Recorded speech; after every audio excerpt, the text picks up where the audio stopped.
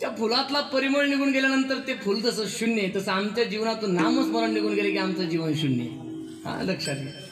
किंवा आणखी नामाशी विनमुख किंवा नामाविन मुख सर्पाचे ते भरपूर प्रमाण देत आहे. एक नाथ महाराज तर म्हटले तुम्हाला जेव्हा बोलायचं असेल तेव्हा मुखातून हरित शब्द बाहेर पडला पाहिजे. हरी बोला, हरी बोला.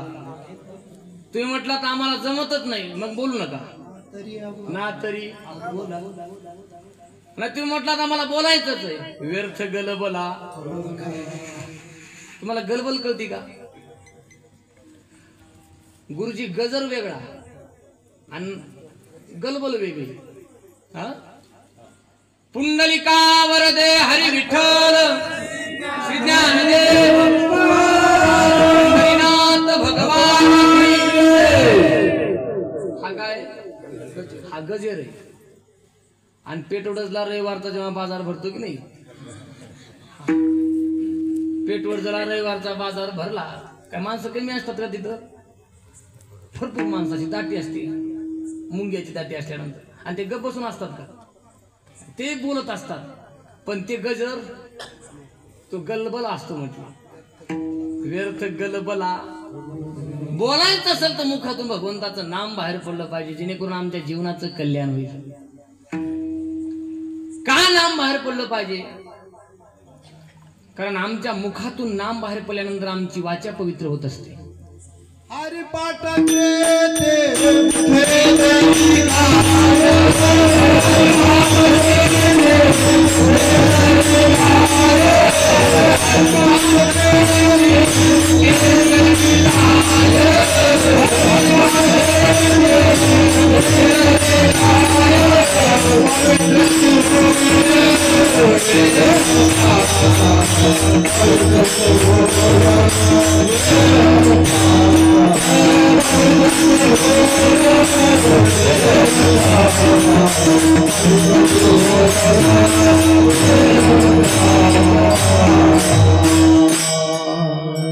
हरिपाठ कीर्ती मुखे जरी गाय पवित्र जी होय. पवित्र तो देह वाणी पुण्यवंत जो वदे अच्युत सर्व काळ. तयाच्या चिंतने निरसेल तरतील दोषी जळतील राशी. म्हणजे एवढी ताकद त्या नामामध्ये हो. आणि का नाम घ्यावं देवाचं? कारण घेण्यासारखं नाव त्याच आहे. बाकी जगात कोणाचे नाव घेण्याच्या लायकीचे का? कारण त्याच एक नाव असं आहे जे आधी होतं आणि जे अंती राहणार आहे. त्याला आधी अंत काही. आपल्या नावाला आधी आहे ना आपल्या नावाला अंत आहे. आपण जन्माला आल्याबरोबर आपल्याला नाव आहे का? कधी नाव राहतं आपल्याला? कोण्या दिवशी नाव ठेवलं जातं आपल्याकडे? कधी?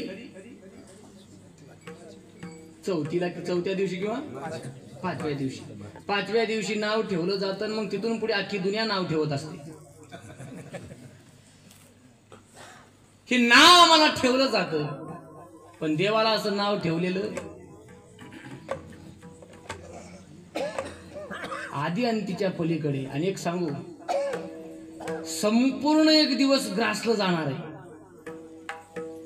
सगळ्याचा एक दिवस घास घेणार आहे. हा अवघाची आकार काळ सर्वांचा ग्रास घेणार आहे. पण या काळाच्याही जर पलीकडे कोण असेल तर ते भगवंताचं नाम आहे. एक ते निराळे. आणि म्हणून त्याला हित म्हटलेलं. हे हित आहे. काळाच्या पलीकडची संपत्ती आम्हाला कमवायची, काळाच्या कंट्रोल मधली. कारण तुम्हाला मी सांगितलंय कंट्रोल मध्ये राहणं म्हणजे थोडासा त्रासच आहे. आणि सध्या आपला मूड कोणाच्या कंट्रोल मध्ये राहायचा?